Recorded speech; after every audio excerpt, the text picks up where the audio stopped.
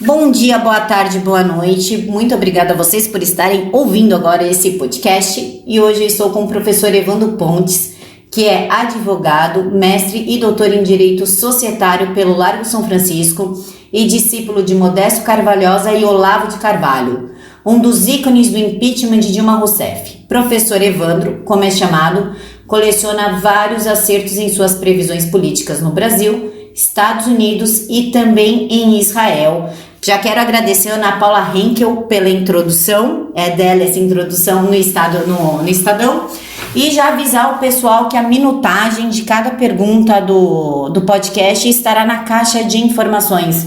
Professor, muito obrigada por falar comigo de última hora. Camila, eu que agradeço, estou à disposição, vamos ver o que eu consigo ajudar aí o pessoal. Professor, a gente está nesse debate aí da lava-toga, se é lava-toga, se é impeachment, qual que é a melhor saída? Porque estão acusando o pessoal de ser contra, neste momento, contra a lava-toga, estão nos acusando de traidores, falando que nós não temos caráter, que estamos vendidos. Qual que é a verdade? Por que a CPI da lava-toga não é uma boa opção, caso o senhor considere que ela não é uma boa opção? Tá, vamos falar um pouquinho da CPI da lava-toga em relação ao momento em que ela está ocorrendo, tá? A ideia em torno da CPI da lava-toga é uma ideia que já vem sendo discutida há um tempo. É uma ideia que não é de todo inconveniente se debater, eu acho que ela deve ser debatida, mas estrategicamente ela foi colocada justamente na semana que antecede as votações principais de aprovação da reforma da Previdência. Tá? Então, o que acontece? Todo o questionamento que a gente faz é por que essa CPI está ocorrendo no Senado agora?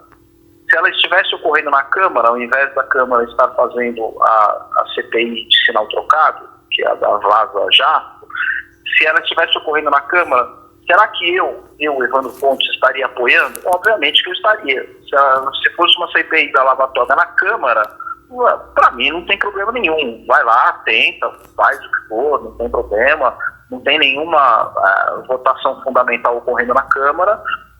O momento pode ser propício? Pode ser propício. Ou agora, enfim, me parece viável, há uma pressão popular, há um desapreço crescente ao Supremo Tribunal Federal que de 2 ou 3 dias para cá parece que ficou insustentável, né? Até hoje estava todo mundo tolerando. E aí, de 2 ou 3 semanas para cá, ou especificamente 2 ou 3 dias para cá, ficou de repente assim tudo insuportável. Tá bom, se ficou. Mas por que no Senado, né? Então, quer dizer, o timing e a casa em que isso vai ser feito é exatamente a razão pela qual me preocupa. Se essa investigação tiver que ser feita, e que seja por mecanismos parlamentares, por que não fazê-la na Câmara, né? Essa é a discussão que foi colocada e que até hoje não recebi nenhuma resposta viável a respeito disso, né? Se há uma vontade política, uma pressão e etc., por que não fazê-la, né, na Câmara? Tem que ser no Senado, justamente nesse momento em que a gente está no instante derradeiro de aprovação da reforma da Previdência, a ponto de lascar um cheque de 1 trilhão na mão do Jair Bolsonaro, do Sérgio Moro e do Paulo Guedes. O que tem de interesse por trás disso, né? Então, acho que são esses os questionamentos, pelo menos para mim, sob o meu ponto de vista, são esses. E aí a gente tem outras questões jurídicas também de escopo, de ausência de fato novo, não há nenhum fato novo, não há um escopo definido, mas essas são questões técnicas, jurídicas, né? Não de conveniência de momento da instalação, mas da sua viabilidade mesmo, né? Quer dizer, vamos gastar dinheiro público para quê? O que a gente quer com essa CPI? E aí, bottom line, o que a gente tem são pedidos de impeachment feitos por Modesto Carvalhosa, muito bem fundamentados, muito bem instruídos, com robustas provas. Aliás, parte desses pedidos é o que a gente chama de crime de mera conduta, né? Por exemplo, a questão da censura Cruzoé. Eu não preciso de provas, é um crime de mera conduta. Foi, de fato, censurado. ela dispensa qualquer prova a respeito disso, né? É a mera conduta do Toffoli junto com Alexandre de Moraes que leva a gente a poder entender que uma determinada linha foi cruzada e que, ao cruzar essa linha, a gente está numa situação em que pode se começar a discutir a existência de um crime de responsabilidade nesse fato específico, né? Professor, um dos argumentos que estão sendo usados aí é que a esquerda não assinou a CPI da Lava Toga, mostra uma assinatura do PT, e realmente não tem. Como explicar isso? Porque realmente isso é um ponto intrigante. Como explicar?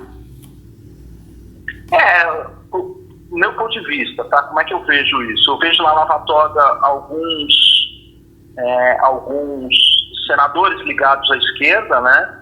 Randolfo Rodrigues, o próprio Alessandro, esqueci o sobrenome dele, ele era do PPS, partido do Foro de São Paulo, integrante do Foro de São Paulo, né? Então, quer dizer, a esquerda está presente nesse processo. E a gente que há muito tempo está acostumado já com esse tipo de estratégia por conta dos debates que a gente tem, não só entre nós, mas do que a gente ouve nas aulas do professor Olavo, isso é um baita de um teatro das tesouras, né? Então, quer dizer, vai você, assina você, a hora que esse negócio for instalado, eu vou colocar 2 meus, e a gente troca, você coloca 2 teus, e assim vai. E a gente vai, num determinado percurso, buscar o que é de interesse comum para nós, parlamentares da esquerda, né? Então a gente vai buscar esse consenso. E esse consenso ele vai ser buscado. Eu acho que faz parte da estratégia o PT não estar presente para que a adesão dos direitistas debilóides seja uma adesão muito mais tranquila, pacífica.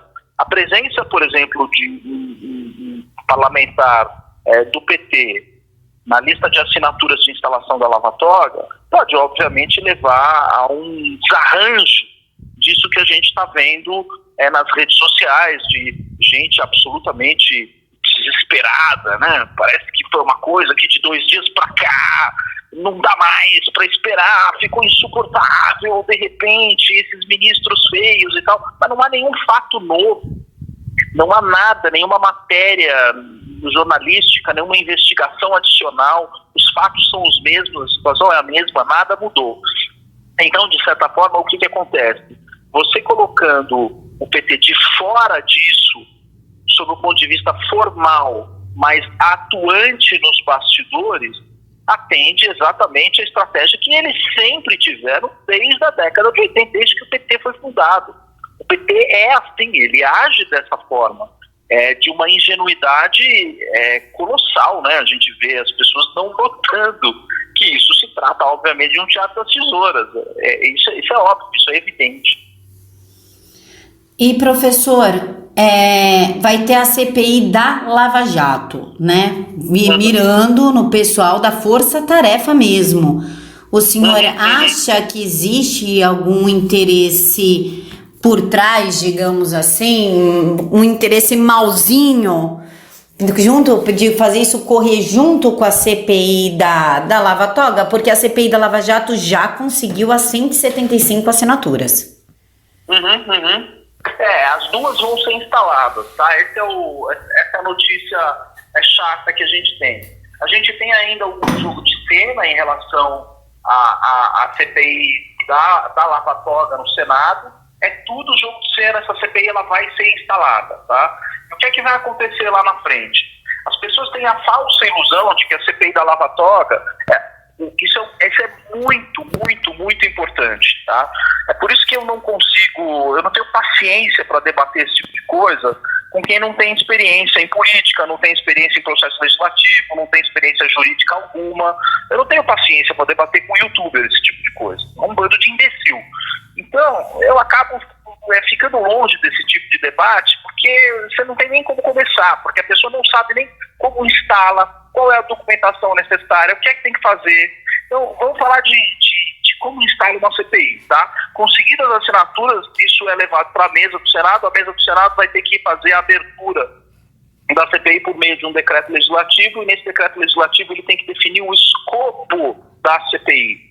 O escopo não existe. O que existe é um wishful thinking. As pessoas estão achando em suas mentes, em seus devaneios, que o Senado irá investigar o STF ou 2 ou 3 ministros que são do desapreço da população.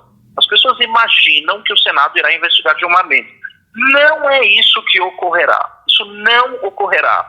O que vai ocorrer é a definição de qual escopo dessa CPI, que lava-toga, digamos assim, é o nome comercial dela, para que você circule via hashtag, mas o nome oficial dela, no fim das contas, será outro. Será aberta uma CPI cujo escopo dessa CPI ele é discutido com a mesa do Senado. Davi Alcolumbre mais 2 ou 3 senadores vão costurar nos bastidores qual será o escopo. O escopo não será um escopo fechado, específico, amplo. A CPI da lava-toga terá por foco o judiciário como um todo, tá? Para que eles possam fugir de vários pitfalls jurídicos, dizer, o Senado não pode interferir nas atribuições de poder judiciário, nem pode, o Senado não pode rever decisões, né? Ele vai investigar pessoas específicas. Mas para que possa ter amplitude, será uma CPI, a CPI da lava-toga será uma CPI de investigação de membros do judiciário, não do STF. Eles não fecharão no STF, tá?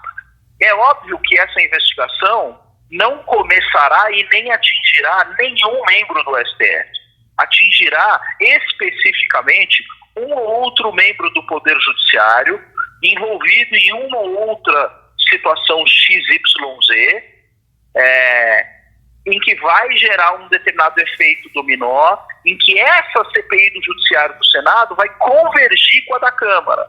Lá na frente, daqui 3, 4, 6 meses, isso vai virar uma CPI mista. Eles vão fundir os trabalhos dessas 2 CPIs em torno de um mesmo projeto de abafa e destruição completa da Lava Jato. Por que isso? Isso eu tenho falado há meses, Camila, eu tenho falado há meses. Por que a Lava Jato parou? A Lava Jato parou porque ela chegou num ponto de inflexão. Qual é esse ponto de inflexão? Descobriram, digamos assim, alguns desvios de dinheiro da Petrobras em relação a um triplex, a um sítio, a reforma de uma cozinha. Mas a reforma da cozinha, ela é 1% do dinheiro desviado. É óbvio que o dinheiro desviado, ele tem um destino determinado pelo Foro de São Paulo. Então, a única forma da Lava Jato sobreviver é avançando para o Foro de São Paulo. Não tem outra alternativa, não tem outro jeito. Para que a Lava Jato sobreviva, ela tem que ampliar o seu escopo. Isso não está ocorrendo, é por isso que ela está morrendo. O que essas CPIs irão fazer? Elas irão fazer um sentido inverso. Elas vão funcionar como uma espécie de blindagem para que a força-tarefa Lava Jato não evolua ou não atinja os partidos políticos e não entre na parte do Foro de São Paulo, ou seja, do uso dos recursos para um projeto ditatorial de poder.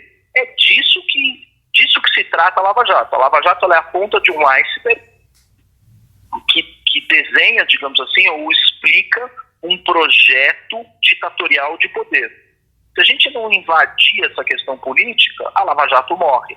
É assim que ela morrerá. Ela morrerá por falta, digamos assim, de amplitude do seu escopo. E como a amplitude do seu escopo será desenvolvida? Por intermédio dessa CPI.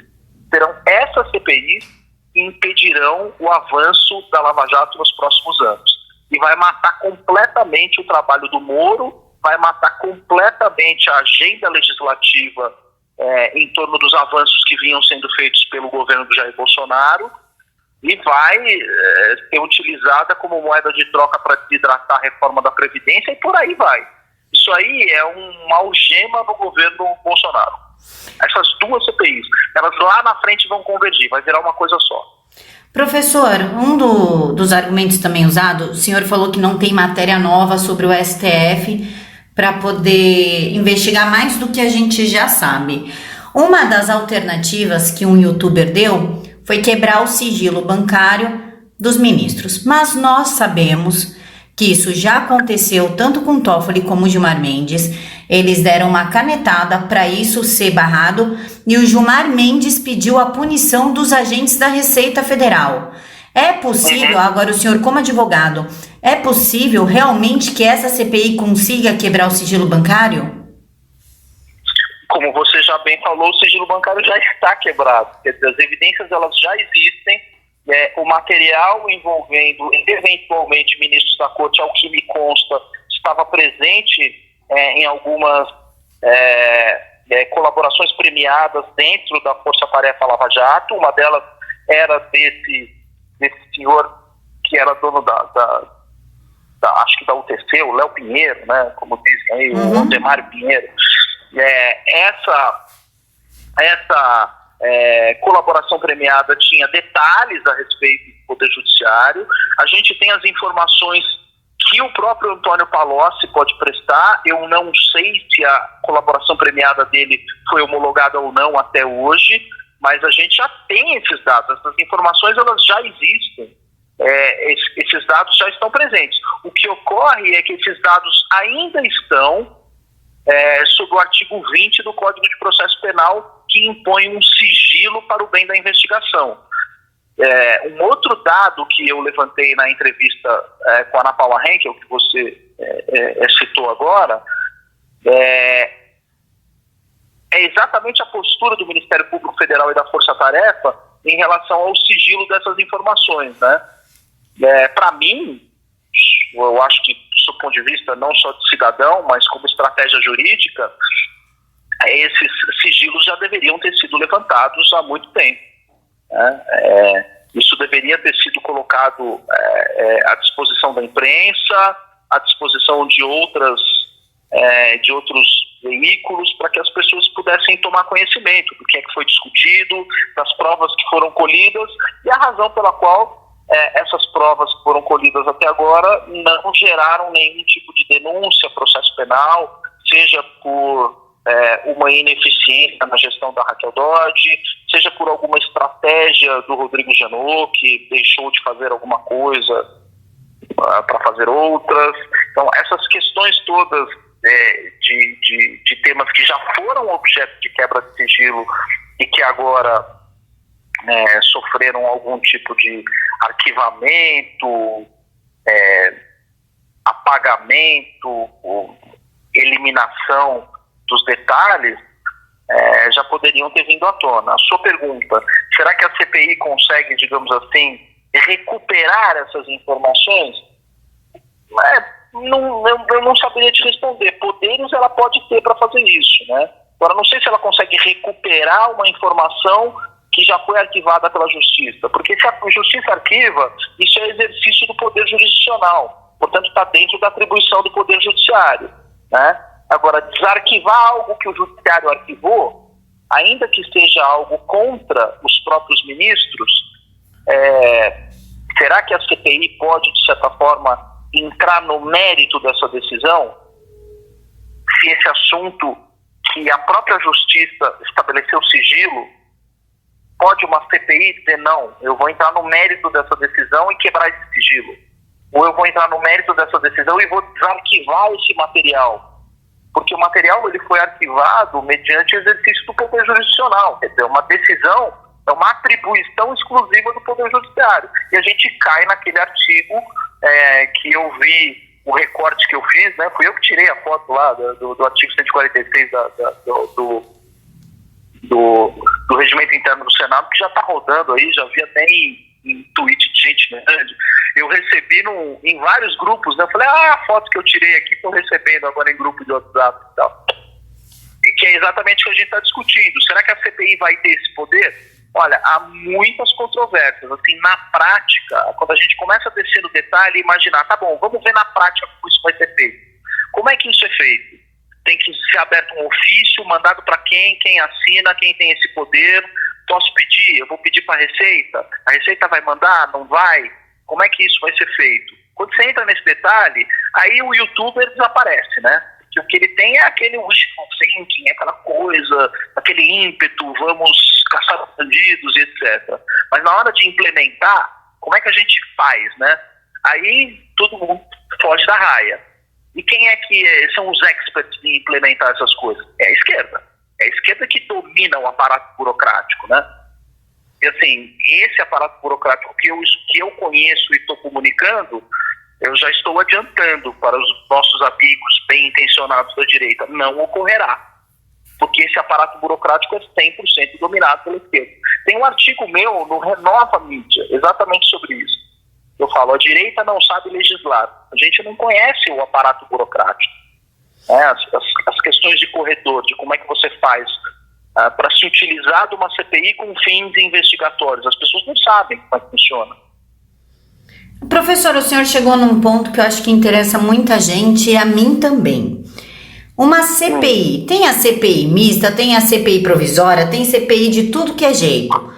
Como é que funciona e o quanto de dinheiro público que vai nessas CPIs? Como que ela é formada? Qual que é a estrutura dela? Normalmente uma CPI vamos falar como é que funciona o processo legislativo, vai ficar mais fácil de entender, tá? O processo legislativo, você tem lá os deputados e senadores, os projetos de lei eles podem sair tanto da Câmara quanto do Senado, tá? Um projeto de lei, antes de ser debatido no plenário, ele tem que passar por comissões. A primeira comissão pela qual ele passa é a chamada Comissão de Constituição e Justiça. Tá? Além da Comissão de Constituição e Justiça, você tem que passar o projeto nas chamadas comissões temáticas. Então, por exemplo, se você quiser fazer um projeto sobre casamento gay, você tem que primeiro passar pela Comissão de Constituição e Justiça, depois tem uma comissão temática lá, que é de direitos de cidadania, LGBT e etc. Tem que passar por essa comissão, um projeto dessa natureza. Tá? Então você debate nas comissões. Depois de debatido nas comissões, que não tem poder vinculativo, elas podem inclusive até indicar para um arquivamento e etc. Esse projeto vai para a mesa da Câmara, que joga para o plenário, e do plenário você tem a votação. Então você percebe como o processo legislativo é indissociável das chamadas comissões. Sim. Você tem um monte de comissão, tanto no Senado quanto na Câmara. Você tem as comissões permanentes, Comissão de Constituição e Justiça, Comissão de Direitos LGBT, etc., Direitos de Cidadania, não me lembro de cor o nome dessa comissão, é uma comissão permanente. Por que ela é permanente? Porque ela está prevista, é uma comissão prevista no regimento interno da Casa. Tá? Você pode ter as chamadas comissões provisórias ou comissões temporárias. O que é uma comissão temporária? Te dei um exemplo em off aqui da Comissão de criptoativos e moedas virtuais. Tem uma lei correndo para se regulamentar o Bitcoin. Essa lei, ela passa primeiro pela Comissão de Constituição e Justiça, passa pelo CAI, que é a Comissão de Assuntos Econômicos, e aí, como é um tema específico, cria-se uma comissão específica para aquele tema. Tá? Então, o processo legislativo ele é cheio dessas comissões. Essas comissões, elas englobam nomeações, né? Elas são partilhadas pelos partidos e pelos deputados. Os partidos têm percentual nessas comissões e eles podem indicar deputados. E os deputados podem indicar auxiliares para trabalhar dentro dessas comissões. As comissões têm salas dentro do anexo da Câmara e do anexo do Senado. Você chega lá, você tem as salas das comissões.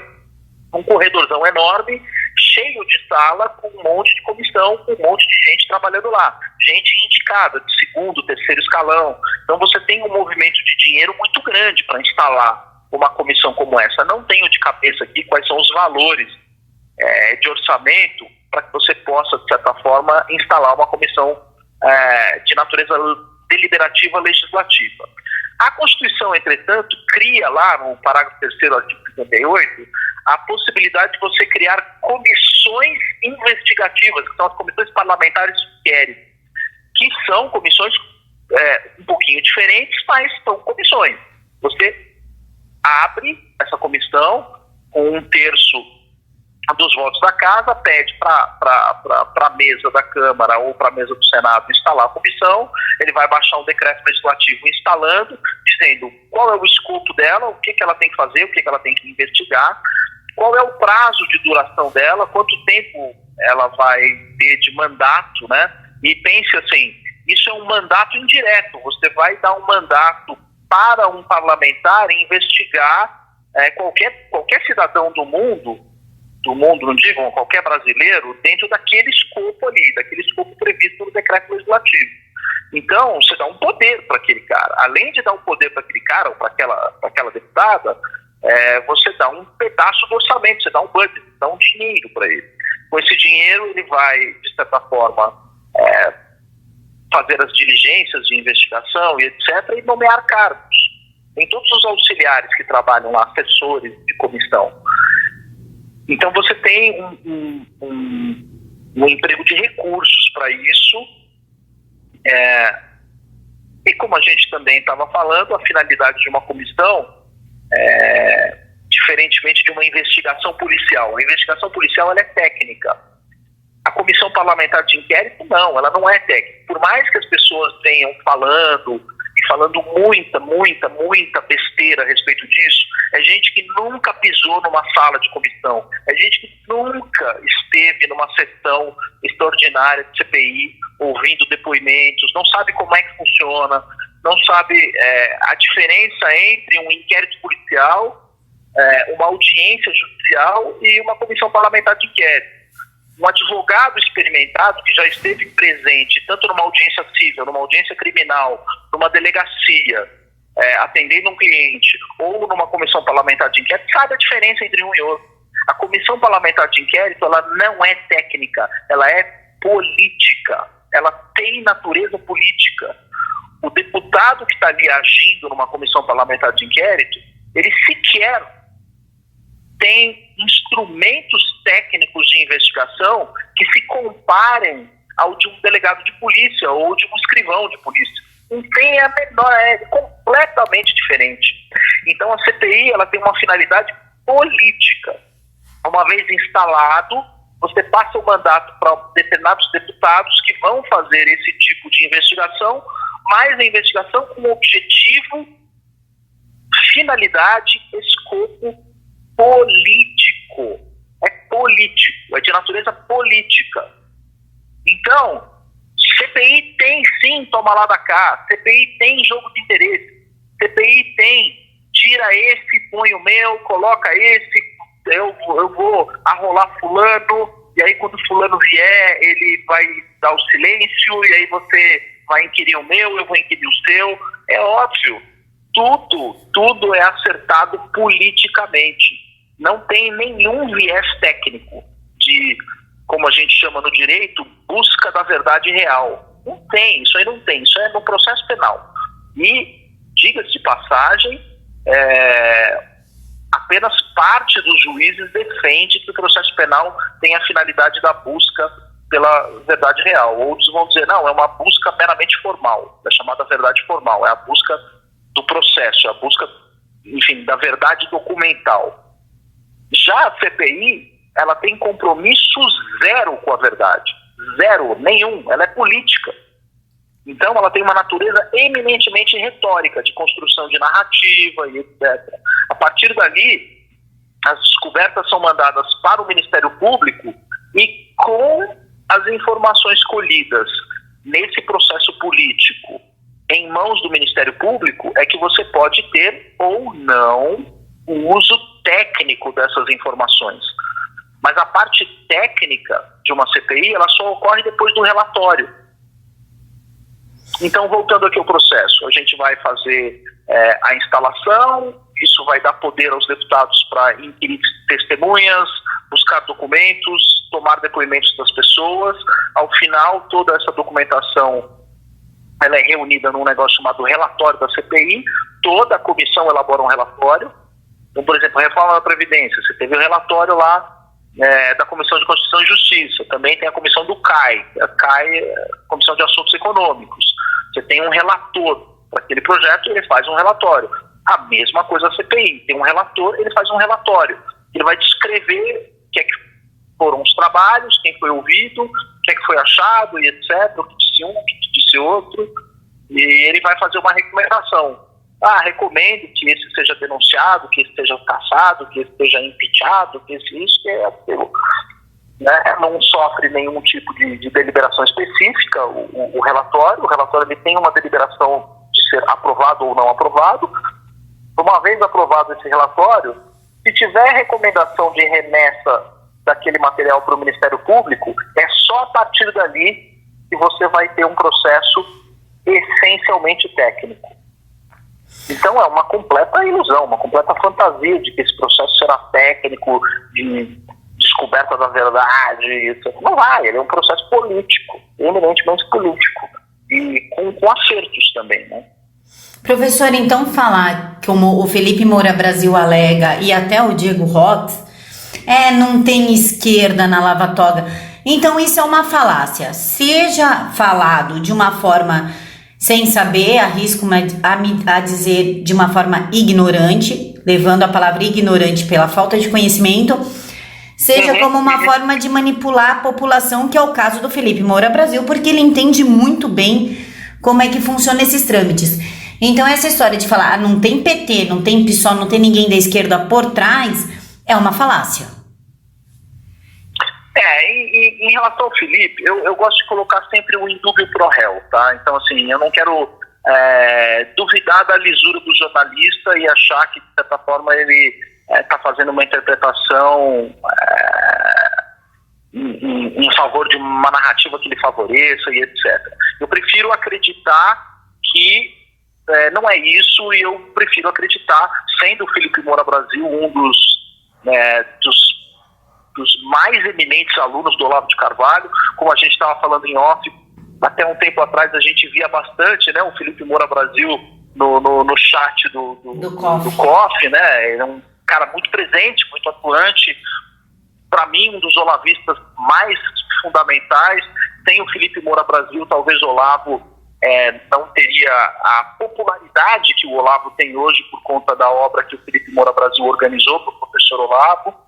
Então, acho que tudo isso são credenciais, né? A associação do Felipe Moura Brasil com o Olavo de Carvalho, que é inegável, dá ao Felipe Moura Brasil uma credibilidade que as pessoas vêm questionando ultimamente. Não, o Felipe Moura Brasil, ele é olavista, sim, ele é um entusiasta de Olavo de Carvalho, assiste COF, e por isso ele é uma pessoa da qual eu não tenho o menor direito de desconfiar da lisura dele. E tenho visto as postagens, as posturas, e colocaria essas posturas do Felipe Moura Brasil em relação ao entusiasmo que ele demonstra em face da CPI, é um entusiasmo decorrente de uma reflexão curta. Tá? Então, eu não vejo o Felipe Moura Brasil com todos os elementos para chegar na conclusão que nós estamos chegando juntos aqui nesse bate-papo. Eventualmente, se fosse dada a oportunidade a ele de ter esses elementos dos quais eu acredito que ele desconhece, por exemplo, assim, detalhes, a gente está falando de detalhes burocráticos de como é que funciona uma CPI, eu duvido que ele saiba, isso é uma coisa muito específica, até o professor Olavo desconhece, então é coisa de quem já foi muito lá para Brasília, enfim, já advogou, já defendeu o interesse de cliente, etc., e sabe dos detalhes e, inclusive, como é que funciona a estratégia processual de uma CPI, né? Então, quando você se envolve com o detalhe burocrático disso, do qual o Felipe está distante, ele está distante, você acaba tendo esse tipo de resultado, né? Como foi, por exemplo, a postura do Felipe, a postura do Nando Moura, que se flexibilizou depois que ele viu o vídeo do Olavo, né? Ele deu uma flexibilizada na postura dele e tal. Eu reputo toda essa euforia em relação à CPI de uma euforia típica de quem desconhece o trâmite burocrático, e não só o trâmite burocrático, mas toda a estrutura do estamento burocrático que se utiliza desse instrumento como forma de manutenção do poder, né? Então a CPI é um instrumento de manutenção do poder do establishment. O establishment nunca usou uma CPI para derrubar quem quer que fosse. Nunca. O establishment usa a CPI para se manter no poder. É óbvio. Isso sempre é histórico. É óbvio. E esse tipo de coisa são características que você acaba aprendendo ao longo do tempo, né? Você precisa de 20 anos, 30 anos trabalhando com esse tipo de processo para entender o que é uma CPI, como é que ela funciona, o detalhe, a questão burocrática, né, as comissões parlamentares de modo geral, como é que funciona o processo legislativo. Aí, quando surge alguma coisa como essa, a CPI da Lava Toga, etc., é muito mais fácil de você ligar os pontos, né? Para mim é instantâneo, é natural, essa ligação de pontos para mim é natural, é instantâneo. Eu consigo ver o que é que está acontecendo no plenário, na comissão, esse deputado que fala com esse senador com isso, vai acontecer assim, precisa disso, o decreto legislativo tem que ter isso, o prazo é de 6 meses ou 1 ano, eu consigo enxergar. Eu não sei se o Felipe ou o Nando Moura, que são pessoas proeminentes da direita, são caras inteligentes, são pessoas profundamente ligadas ao Olavo, não sei se essas pessoas têm esse conhecimento, digamos assim, burocrático, né?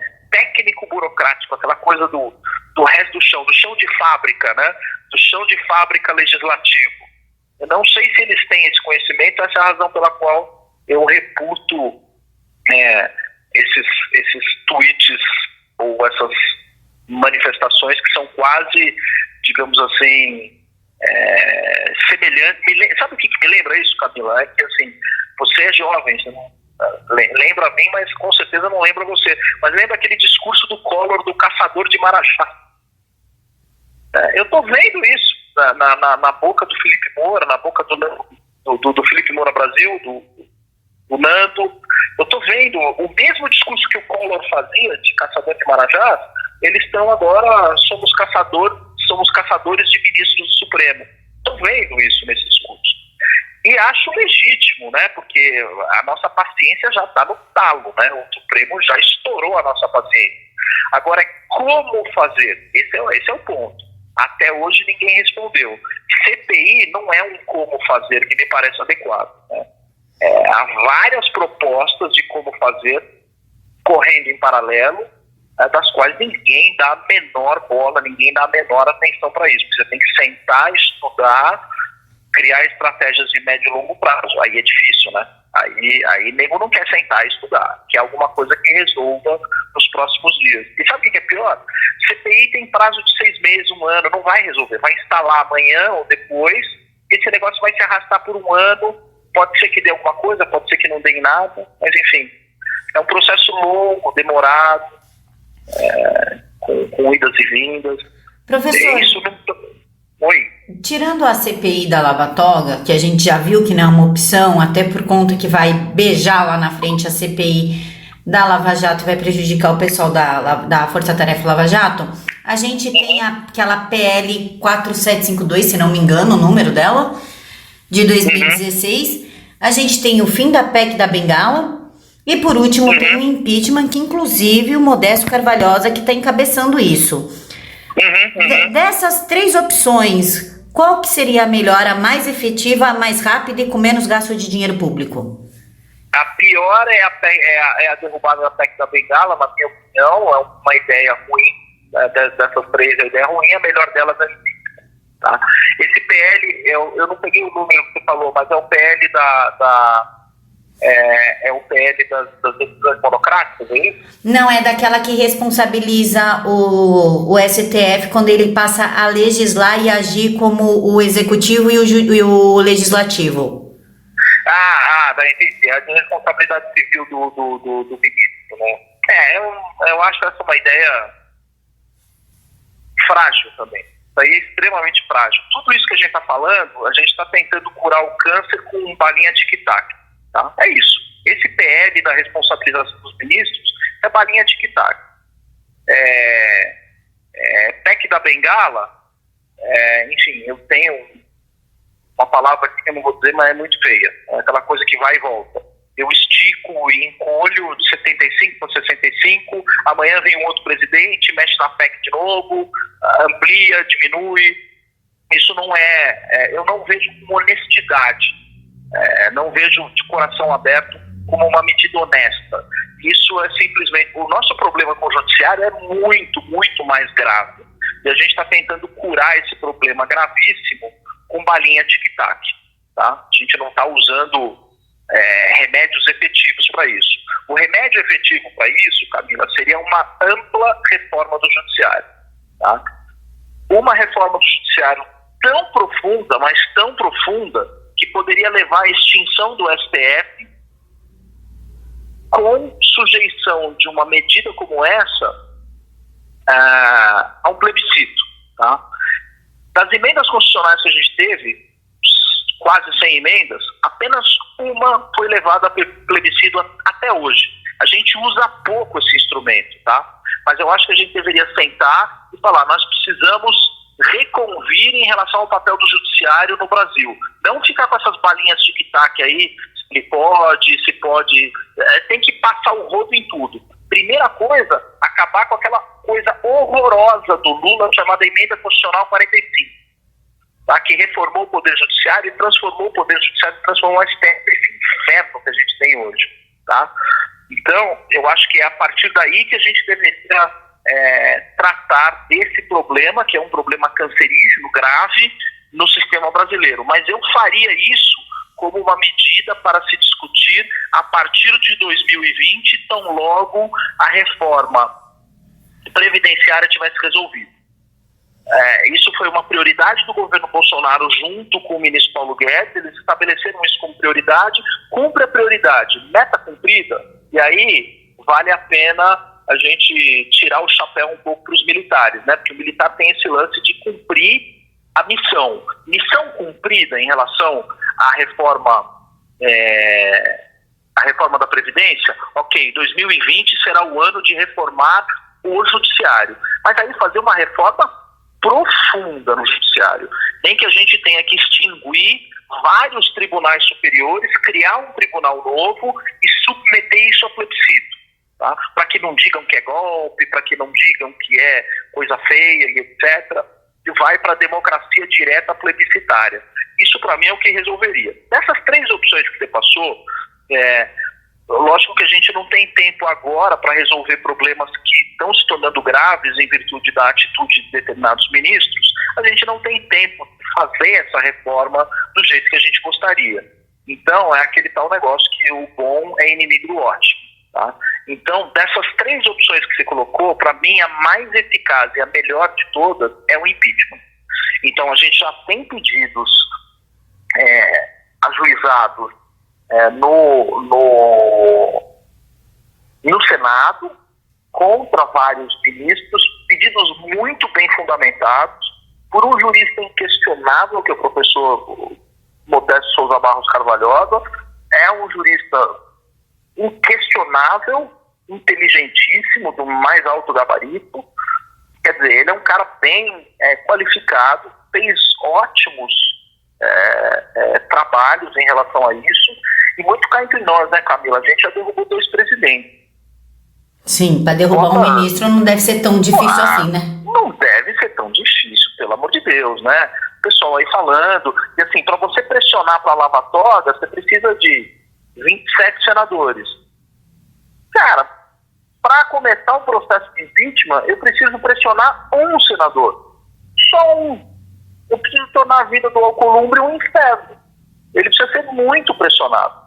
Né? Ele precisa ser profundamente pressionado para que instale, para que dê início abra um processo de impeachment nos termos, enfim, da petição X, Y ou Z já protocolada pelo Carvalhosa. A partir disso, dessa pressão, a gente passa para um segundo momento, que é buscar os 2 terços lá para obter a concretização do impeachment do ministro Supremo.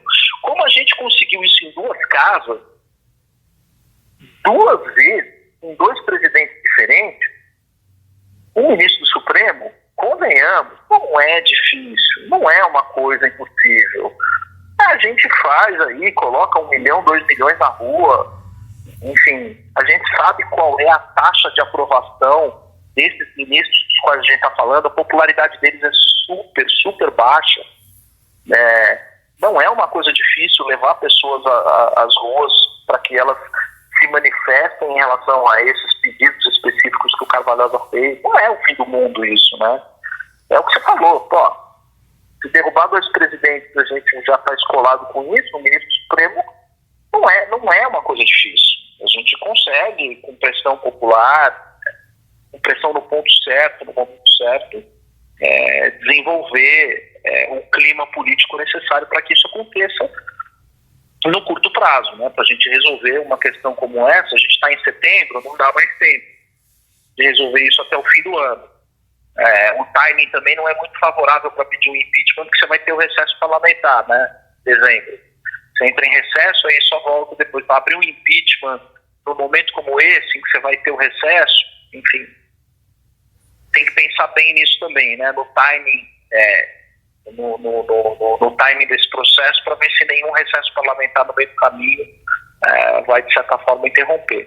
Mas, se tiver que ser agora, que seja, que o recesso interrompa, iris ou iris, mas a melhor alternativa, sem sombra de dúvida, é o pedido de impeachment, sem sombra de dúvida, porque ele é específico, ele tem escopo, tem provas, já está tudo ali, e ao longo do processo de impeachment, você pode ter o mesmo efeito de uma CPI, porque ele é um processo também, ele é um processo de natureza penal, condenatória, e nesse processo você pode ter o pedido de produção de provas, você pode ter igualzinho, o mesmo efeito que você consegue com a CPI, você consegue com o processo de impeachment, mas o impeachment ele é muito mais efetivo, eficaz. Você está ali investigando um fato específico com um réu já determinado, né? Então, do ponto de vista processual, estratégico processual, se eu tiver que escolher como acusador, mas não tem a menor sombra de dúvida que eu vou no impeachment. Porque tudo isso que eles querem, eu consigo no impeachment também, no processo de impeachment. Ouvir testemunha, pedir documento, pedir quebra de sigilo, durante o processo de impeachment eu também consigo a mesma coisa, mesmo efeito. É um processo penal como outro qualquer. Né? Não é como outro qualquer, ele tem um rito específico previsto na lei de impeachment, mas todas essas medidas, elas podem ser possíveis de serem obtidas ao longo desse processo. Você tem uma atividade probatória, o indiciado ou processado em impeachment também vai ter o seu direito de defesa, de produzir suas testemunhas, de se justificar e etc. Até do ponto de vista da justiça processual, o impeachment é um processo de muito mais qualidade do que a CPI, né? Até do ponto de vista de direito de defesa. É bem melhor, o processo de impeachment é bem melhor. Ele é melhor para os dois lados. Professor, eu vou para a minha última pergunta, que eu já tomei muito tempo do senhor, já são quase 50 minutos aqui o senhor comigo. A entrevista comigo é 1 hora, meu filho. É isso que eu gosto de falar. Eu também gosto e eu sou muito curiosa, e já tem quase 50 minutos. A senadora Soraya Trukmik falou para mim no Twitter de que eles podem sim instaurar a CPI da Lava Toga, eu tenho o print, inclusive. Ela falou que pode sim ser instaurado a CPI da Lava Toga, que essa CPI não vai mexer na aprovação da Previdência, nas pautas econômicas que a gente está atrás das reformas. Já o Alcolumbre, que é o presidente do Senado, deu uma entrevista para o antagonista, para a Crosué especificamente, falando que ele vai travar sim as pautas, que inclusive ele vai chamar os ministros e as equipes para decidir se foca na Lava Toga ou se deixa de lado e foca nas reformas. Em quem eu acredito? Na Soraya Trukmik, com o grupo que ela montou para garantir que essas pautas não sejam travadas, ou no presidente do Senado, que é o que tem o poder para decidir isso? Sua pergunta já responde tudo, né? O presidente do Senado que determina se uma sessão ordinária, que é onde você vai votar a reforma da Previdência, pode ocorrer ou não. O grande lance aí, e o Davi Alcolumbre está correto nisso, tá? Ele tem vários defeitos, mas nesse ponto ele está correto, ele está sendo transparente em como o processo vai ocorrer. A senadora Soraya chegou agora em Brasília, tá? Não sei qual é a experiência dela com o processo legislativo anteriormente, mas o que acontece? Quando você tem uma CPI instalada, você pode terá a CPI, como eu disse, é uma comissão parlamentar. Essa comissão, ela tem sessões. Pelo regimento interno do Senado, é vedado ter sessão ordinária quando você tem sessão extraordinária de qualquer outra comissão em aberto. Você não pode ter sessão ordinária quando você tem uma sessão da CCJ ocorrendo. Justamente porque o senador não pode estar nos dois lugares ao mesmo tempo. Ele não conseguirá estar nos dois lugares ao mesmo tempo. O que ela está dizendo é o seguinte, é que as sessões da CPI não impedirão que as sessões ordinárias, com a finalidade específica de votar a Previdência, sejam interrompidas. Aí tem que ter um combinado do presidente da CPI, que a gente nem sabe quem é, porque a CPI ainda não existe, tá? Tem que ter um combinado do presidente da CPI com o presidente do Congresso, que é o Davi Alcolumbre. Se o presidente da CPI falar, não, a gente tem uma sessão hoje, ele não pode instalar a sessão ordinária. Então, esse conflito, ele vai ocorrer. Como é que isso pode, de certa forma, sacrificar as sessões? Contando de hoje, Camila, a gente tem 48 sessões ordinárias até o recesso parlamentar. Eu contei, são 48 sessões. Parece muita coisa, mas não é. É questão da CPI começar a atropelar essas sessões ordinárias. E aí, qual é o lance dessas sessões ordinárias? Como você vota a Previdência em 2 turnos, no primeiro turno vão poder ser apresentadas emendas. E o Tássio Gereissati, que é o relator da reforma da Previdência no Senado, ele precisa de um tempo para poder receber essas emendas e submetê-las, inseri-las no relatório de votação, para que no segundo turno possam ser votadas em segundo turno tanto a reforma quanto as emendas.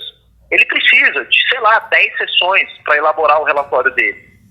Para mim, é absolutamente óbvio que, sendo instalada essa CPI amanhã, 48 sessões é muito, muito, muito apertado para se votar a reforma da Previdência em 2 turnos no Senado.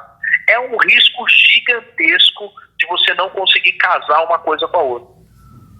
Então, professor, colocando como se fosse verdade, tá? Eu sei que não é porque eu conheço o Flávio, mas dizem que o Flávio ligou para os senadores e falou assim, você tá querendo eu não vou falar o palavrão, tá? Mas você tá querendo o governo? Então, querendo ou não, ele tá falando a verdade, né? Porque isso daí vai acabar o governo, né? Partindo do pressuposto que a premissa dele é essa, imaginando que essa conversa tenha ocorrido nesses termos e que a preocupação dele em relação ao governo, faz sentido, sim, essa preocupação. Porque o que pode acontecer? Se a reforma da Previdência não entrar e não for votada neste ano legislativo, e acontecer no Senado o que aconteceu com a Câmara, o que a Câmara fez? Você lembra o que a Câmara fez? Ao invés de votar os 2 turnos antes do recesso, a Câmara votou o primeiro turno antes do recesso, deixou o recesso ocorrer para votar o segundo turno depois do recesso. Sim. Então, a Câmara comeu um baita tempo de processo legislativo da reforma. Se o Senado jogar na mesma técnica, ok, eu aprovo no primeiro turno, na legislatura de 2019, até o apagar das luzes, joga o segundo turno para a legislatura de 2020, pronto. Eu não consigo aproveitar o efeito da reforma em 2020. Entendi. E aí o governo terá seríssimas consequências de natureza fiscal. E a gente vai ficar naquela situação de que o presidente vai ter que emitir, ou quebrar a regra de ouro, ou decretar moratória, ou porque a conta hoje, que dia é hoje? Deixa eu ver aqui. Hoje é dia 16 de setembro de 2019. Hoje a conta não está fechando. A gente já está numa situação fiscal delicadíssima. Qual é a vantagem de eu aproveitar a reforma fiscal, a reforma da Previdência ainda esse ano? Eu posso aproveitar o efeito fiscal dela já em 2020. Se eu jogar essa decisão para 2020, eu tenho minhas dúvidas. Eu não sei se eu consigo o efeito fiscal dela já dentro do orçamento de 2020. Então eu vou jogar o governo numa situação muito, muito, muito delicada. Muito delicada mesmo. Isso vai ter efeito no dólar, isso vai ter efeito na economia, isso vai ter efeito na fuga de capitais de investidores de longo prazo, de certa forma vão retirar parte do seu capital, isso vai, de certa forma, desequilibrar a nossa economia, vai mexer na nossa taxa de emprego, sendo que a aprovação da reforma da Previdência as soon as possible vai gerar um efeito contrário. Você vai ter uma queda tremenda de taxa de juros, o câmbio deve despencar, a economia deve decolar de uma maneira muito acelerada ao longo dos próximos meses já, subsequentes à aprovação da reforma da Previdência. Então a gente vai ter, digamos assim, um grau de otimismo muito grande em relação ao Brasil. Muito cá entre nós, Camila. Você consegue ver algum senador daqueles 81 a fim de dar um cheque de 1 trilhão na mão do trio de ferro desse governo? Não. Que é Moro, Guedes e Bolsonaro? Quem dos 81 senadores bate no peito e fala assim: eu estou disposto a dar esse cheque de 1 trilhão na mão de Jair Bolsonaro? Nenhum. Acho que o único é o Flávio. Só sobra ele mesmo.